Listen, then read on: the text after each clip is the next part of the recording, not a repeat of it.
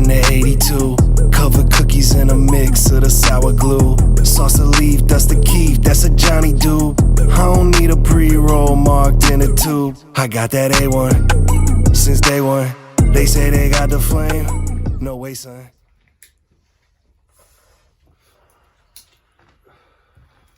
Beautiful every time. What's up, everybody? It's Dash's Clay. And as always, we're here at All the Smoke from the Rapper Weed. And we have a special, incredible, amazing guest today. One of my favorite people to speak to, and somebody that I've recently become really good friends with, Jonny Hopkins. My brother, thank you for being here, first and foremost. No problem, man. Secondly, those frames are fucking killer. I'm jealous. It's been so long since I've been in the sunglass game. To see those makes me happy. It inspires me to get back into them because those are fucking legitly fucking awesome, man. I love those. Hell yeah, appreciate that. So what's new, man? Everything good with you? Everything's great with me, man. It's all gravy, you know that. Okay. So for the people that don't know you, or for the people that do know you, I like to do these interviews to kind of just get more extensive information about you, kind of get a little more insight to what goes on behind these processes, because I feel like a lot of times the people that do the interviews and interviewers and journalists, they always ask like the same question and kind of just don't touch anywhere beyond that. So I feel like you're such a perfect person because there's so much to what you do that I feel like people would want to know why and how. So my first thing to start off with is like, off rip, for the people that don't know you and would just take a second to look at your body of work, I feel like the first thing that anybody would say is like, wow, this guy really has the utmost fun ever. Yeah, like, you gotta have fun. Do man. you feel that's a concept for you, or is that more of a way of life for you first and foremost? Well, it's a little bit of both, because the way I approach music in general is, I mean, the reason why we love this is because we have fun when we do it, right? Facts. So you gotta have fun with it. And on top of it, I mean, everything that moves and gets listened to has to be marketed correctly. Mm-hmm. So what I do is, it's kind of like a little niche for me. If you notice, none of my covers have Jonny Hopkins on the cover. Mm-hmm.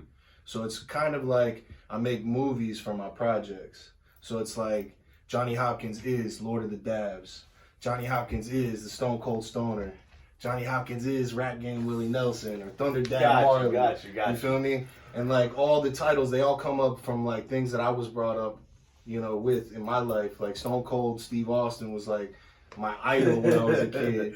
And then, you know, like the last project, Happy Accidents, Bob Ross, like when I was super little, like I loved Bob Ross, and I was always amazed with the fact that this guy could create a masterpiece in fucking 30 minutes. You know what I'm saying? Like, this guy literally in 30 minutes would start with a blank canvas. Yeah. He would make it look like it's easy as fuck. He'd be like, yo, you just put a little here, you know, you bang the brush out. His wrist game was incredible. Yo, he knew all the colors. He's naming colors you never even heard of. A little crimson with a little red. Straight up. And you're like, wow. He's like, that's it. This is platina red. You'll be like, what the hell is that in the Corolla box? You know what I'm saying? You're like, damn. So basically, I theme the projects after like nostalgia from like my life, my childhood. It's everything in the music's a piece of me down to the body of work. So I think like, to whereas most rappers would hate to be called a character, I think it will be a compliment for you, because I feel like it's well, I mean, the name itself came from a movie line. Which is so amazing, because like, listen, my first question to you was gonna be, is Jonny Hopkins your real name? And I'm telling that, and I was telling the guys that, and I'm like, I can't wait to ask this question. And they looked at me like I was like semi-stupid. And they're like, you know that's from, and I was like, oh. And then it made it even funnier for me, because I'm like, bro, that really embodied everything you do. And I fucking love it, because I feel like, we lack so much creativity. I feel like the Baby was one of the ones to be like the first creative people since like Busta Rhymes, right? Yeah. And like, even so, he just does it only on video. But I feel like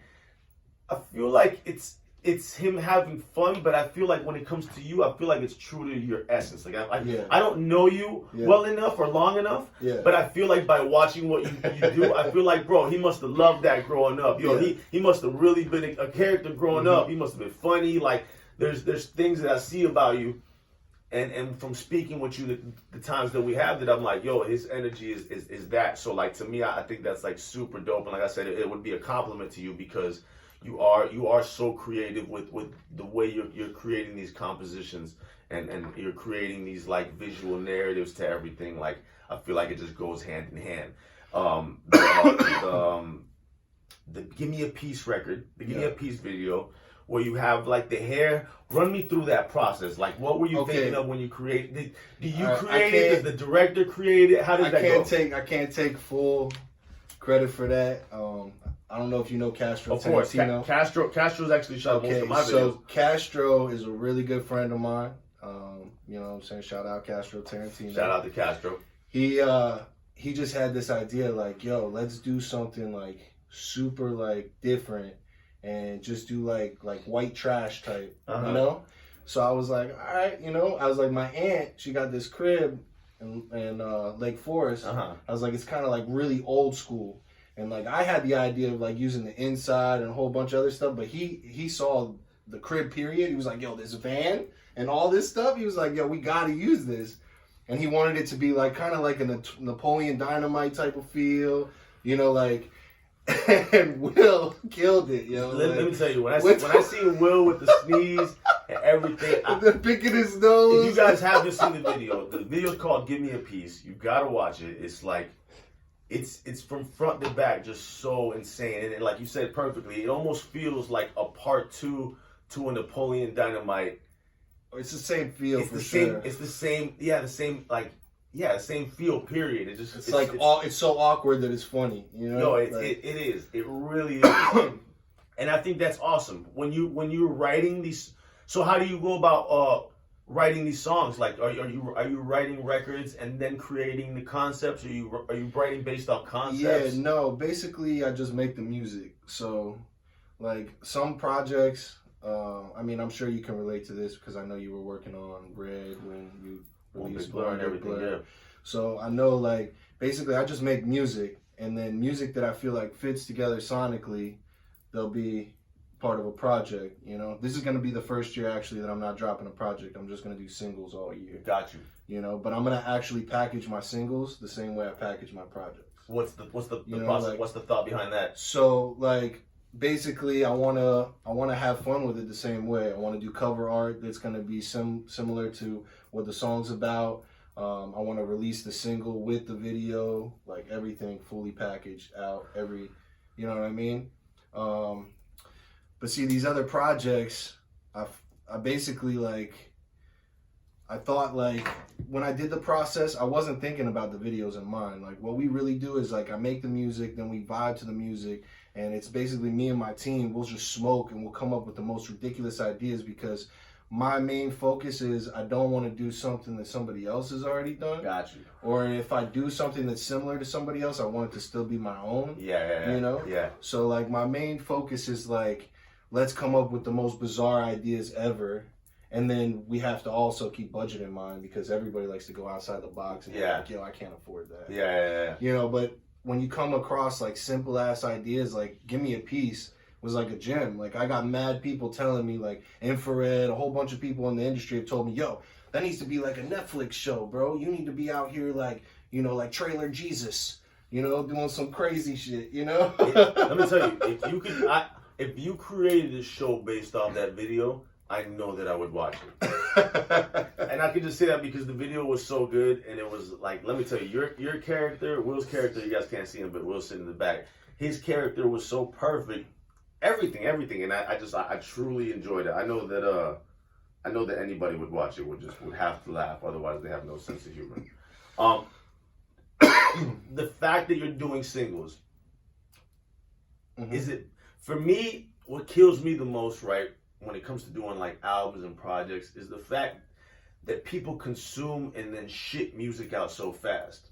Right? Like, so it hurts in the same sense because you almost feel like sometimes you get the same amount of energy out of a single that you get out of an album. If you understand what I'm Exactly. saying, like Exactly. it's just people, and I understand that there's so much out there to listen to. There's so much out there that's so easy to drop and so easy, like accessible, that you can you're ADD Well, by default. also by making these projects, I mean, I don't know how you work, but like I said earlier, I just make music, so I'm overshooting these projects by a lot of records. You know what I'm saying? So I narrow it down to my babies, like Yeah. a nice 10 records. Mm-hmm. And what happens is, like you said earlier, people are shitting music. So most of the time, people get through half of your project at best, and they're not getting through the whole project. When meanwhile, the song that they're fucking with might be in the back end of the project. You know what I'm saying? So my idea with the singles is, yeah, I'm gonna put the same energy in the singles as I do into the entire project. And I'm actually like working with the team on the singles. Like I'm still making the music, a bunch of music, and then I'm just picking out what needs to be dropped. You know what I'm saying? Got you. And like I'm working with Reazy Renegade a lot. That's dope. Reazy's dope. That's my home team. You know, like the next single I'm dropping is actually from Reazy because of the whole lottery thing. You know, I'm trying to capitalize with that as well. And Reazy and I have been close for a long time. You know, we're managed by the same manager, and like he's super. Like that's my brother. Shout out Reazy Renegade, straight up. If y'all don't know, y'all need to check out the Renegade. Yeah, Renegade. Well, exactly. Renegade. I think everybody knows and doesn't know who Renegade is for the fact that they don't. A lot of people thought that Renegade was the song name and like the actual lyrics of the song. I'm good, my brother. Thank you. For people that don't know, that the producer that made that track, his name is Renegade, and that's his tag. So when you hear the song Renegade, Renegade, and then everybody got the dance, that's actually Renegade's beat. I really don't know how the hell that got started, but that's super dope that it did, and that he blew up extra with that, because in today's world, it's like you really can't call it every time. Some things go viral, I think, just by like. Well, I mean, look at Pharrell. He never would have thought his biggest song would be Happy. You know what I'm saying? At the end of the day, you just hit gold sometimes. You know, and the key is to us as artists. Like, the problem is, I think a lot of these artists in the industry are making music to make money nowadays, as opposed to making it because they actually like the art, and that's where a lot of the music is dying. You know, but the creativity, like you said, with the baby and stuff like that, like there's a lot of creative artists that have been since Busta Rhymes and the baby, but the problem is there's not been a lot of it in the mainstream. Yeah, facts. You know what I mean? Well, Tyler the Creator's another one. Like, yeah, and I love you know, Tyler. like Hobson was creative. Hobson was super there creative. was a lot of these guys that were super there creative, but the problem is they're not in the mainstream. And the problem is also that there's so much to consume. It's hard to keep up with everything. Like, I used to feel really bad when I would be like, damn, I don't know who that is that you're talking about. But like now at this point, I'm kind of like, I accept it. There's new people every day. Yeah, I can't fucking keep up. There's no way anybody can keep up. I know that for sure there's 10 people that I don't know that you know, and vice versa. Like, there's people that and it's been like that forever though. At the end of the day, like there's so many times, like even when we were growing up, think about it. You knew all these people's songs, but you didn't know the actual artist. Yeah, and then sometimes you like stumble upon the concert and be like, oh shit, that's two songs. Okay, yeah. Yeah, exactly. You know what I mean? So it's the same thing with music. Like I feel like music. That's why, like when I did Rap Game Willie Nelson, I didn't put a face on myself. You know, it's because at the end of the day, I feel like your music really shouldn't have a face. Like at the end of the day, they shouldn't listen to your music based on you. Mm-hmm. You and the music should work together, but should be two totally different entities. You know, like, and that way, as an artist, you won't be trapped in a box. You can make all different types of music. You know what I'm saying? Like you can make a different style and then go make another style instead of just sticking in on a niche. That says everything about your art, because if you think about it, everybody is so face first in today's world. Yeah. Like with everything, with social media, with whatever you could think of, they're so face first. Like it's about me, you know? And yeah, like, I need the credit. I need the gratification. Exactly. So like, I need the money. That's what I need. Yeah, facts. But that's what I'm saying. Like it's really dope to actually be able to speak to you and like get this out of you, because it's showing me the whole reasoning behind your whole package. You know what I'm saying? Like knowing like why the visuals are like that, why the songs are like that, because you definitely have like a very smoker's vibe, and I clearly you're a fucking smoker. Yeah. You know what I'm saying? Like does that play a big role in your music? Like How would you feel about doing a record with no weed around? Well, nah. At the end of the day, like I always tell people straight up, I've only smoked weed once. What happened was I only got high once actually. I got high and I never came down, you know? I smoked when I was 16 and never came down, you know? So at the end of the day, what happened was, I haven't told a lot of people this story, but if you knew me when I first started rapping, I used to be John Hollywood, right? And I came up in the scene, was doing my thing, and my studio got robbed. I lost a lot of records, and I was gonna give up on the music, but I decided to sit back and think, like, I've done this for so long. I was already like 4 or 5 years in, like serious, and I was like, you know, let me rebrand myself and let me like actually be real to myself of who I am, you know? And that's when I got around the weed and was like, okay, I need to like come up with a name that, you know, symbolizes weed. And that's when I thought, okay, let me just watch a bunch of stoner movies. I'm gonna make a list of all the best names, and then I'm gonna pick which one I think is fucking. What other names did you have? I had like from Dude, Where's My Car, Johnny Potsmoker, which is fucking, you know, which is similar, you know, like I couldn't come up with like any like Kush King, and like they were generic ones, you know, like nothing was great. Mr. Nice but Guy. when I got Jonny Hopkins in the beginning of Step Brothers, like it like hit me like a fucking freight train. And I was like, what's great about it is the same way as I approach the albums and I don't put the name on it, is Johnny could be anything. Like I want to be known for the Johnny, not the Hopkins. Gotcha. The Johnny, because my name is John. Yeah, you know what I'm saying? My last name's not Hopkins. But you know, my stage name. But at the end of the day, I feel like Johnny could be anything. I could be Johnny Rocket, I could be Johnny Walker, I could be Johnny anything, and theme the projects around that, you know? And as I'm that character at this project, awesome. You know?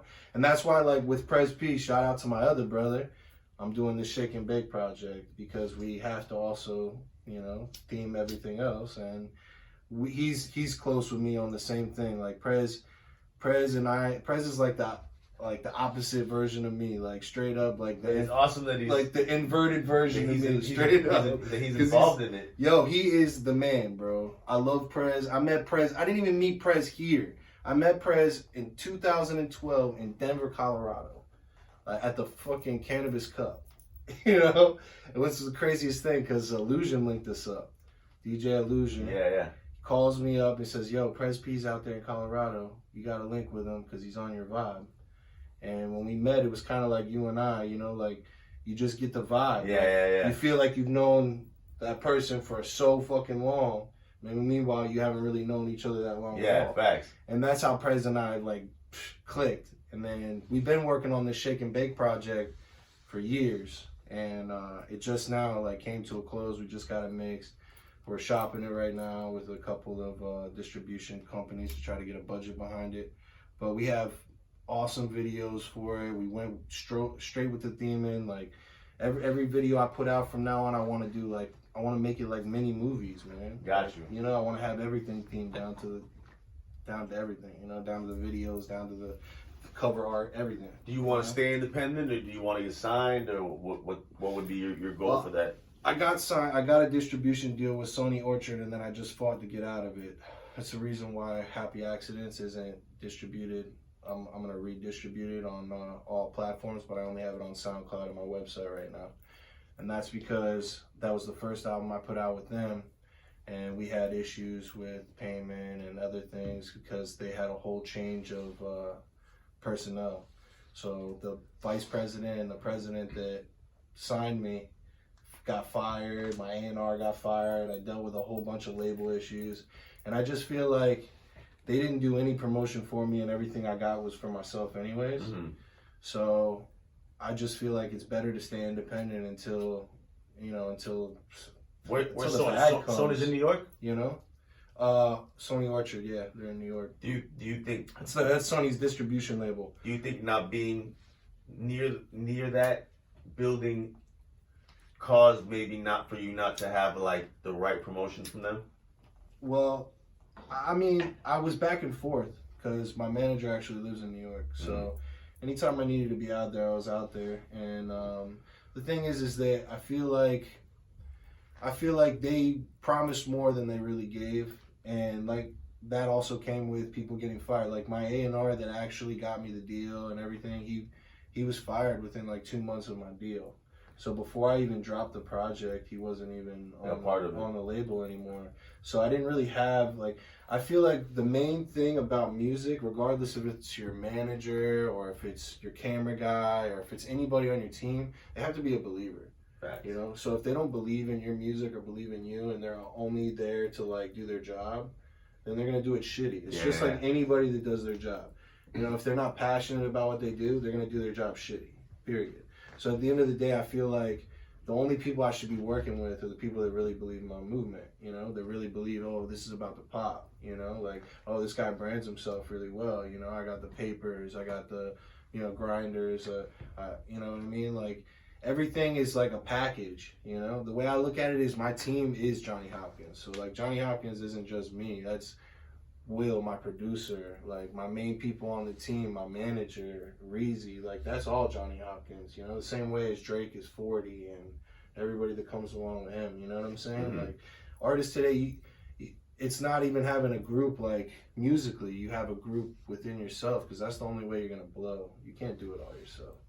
You know that. No, you, 100%. You tackle a lot by yourself. I do already. tackle a lot by myself. And you know what I'm saying? And it becomes overwhelming, man. I think for me, the biggest problem always is, maybe you can attest to this, is like being such a creative that you almost have to micromanage everything because you feel like everything's your responsibility and needs to be touched by. Like for me, it's like I have to touch everything because at the end of the day, it's not only is it my name, my brand, my face, but it's also what continues, I guess, what would like go into my legacy box, my legend box, you know what I'm saying? Like, and those things are also important. Sure. But I also am finally learning to be like, I gotta trust these people. If they're working with me, it's like you said, they believe in me. And the thing is, they have a vision as well. And the thing is they might see things that you don't see. That's another thing. And that's the reason why, like I said earlier, we do these powwows where we smoke and we come up with ideas for the freaking videos or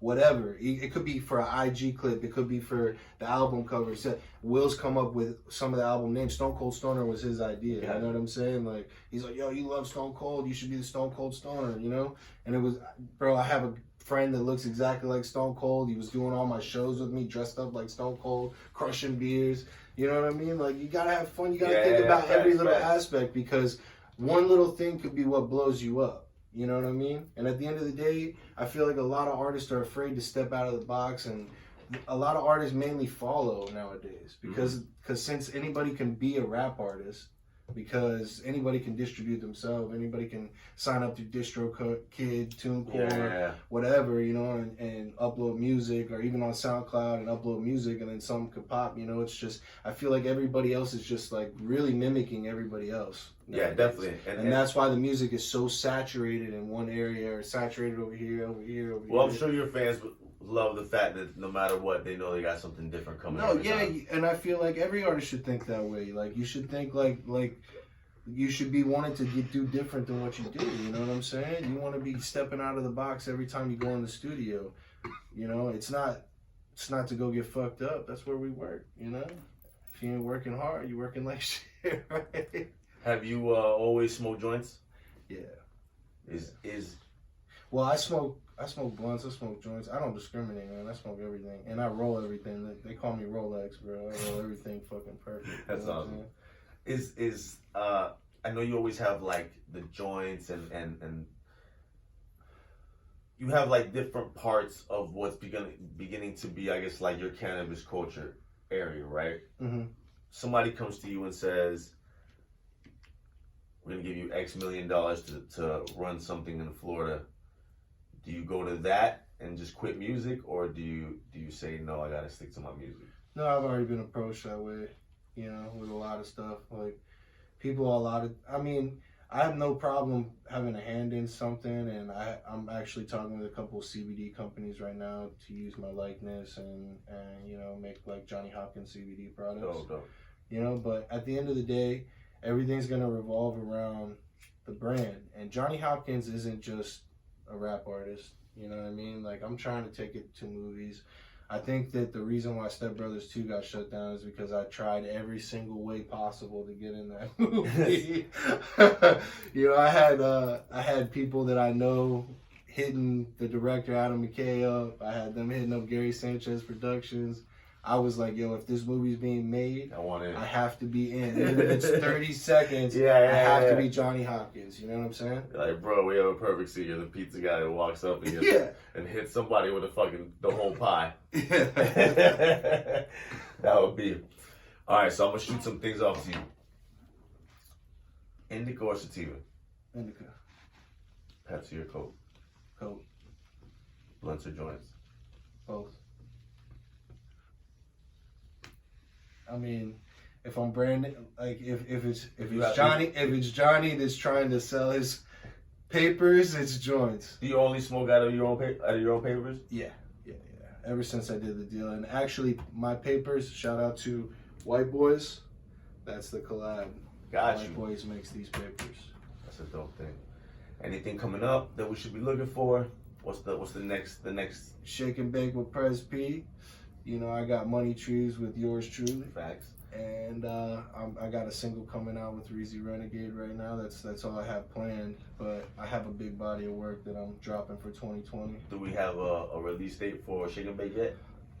No, like I said, we're shopping.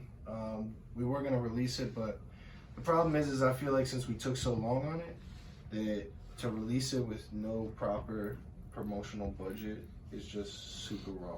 So we're actually trying to get a nice promotional budget, like a little distro deal with maybe Video or United Masters, and get at least 20 grand behind it, 25 behind it. That way we could push, you know, videos and playlisting and actually get something going, you know? Got you. I feel like if you keep doing the same thing over and over again, that's insanity, right? So you're gonna drive yourself insane, you know? So we always want to see better results with anything that we do, you know? And I feel like I want to captivate the audience I already have, but I also want to grow it. Do you feel like, this is my last question for you, do you feel like radio is still important in today's marketing? Yes. And the reason why I think radio still is important is because, not in marketing aspects, but it is important with your singles because it is what dictates what's hot, you know? The DJs, the DJs and the producers still run the game at the end of the day. And the producers run the game more than anything now.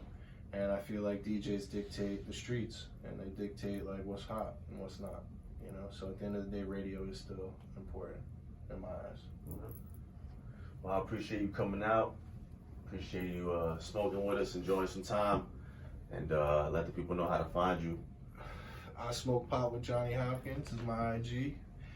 Smoke with Johnny is my Twitter, and you can find everything at JonnyHopkins.com. That's JONNY Hopkins. A lot of people like to put that H. My feet will be platinum.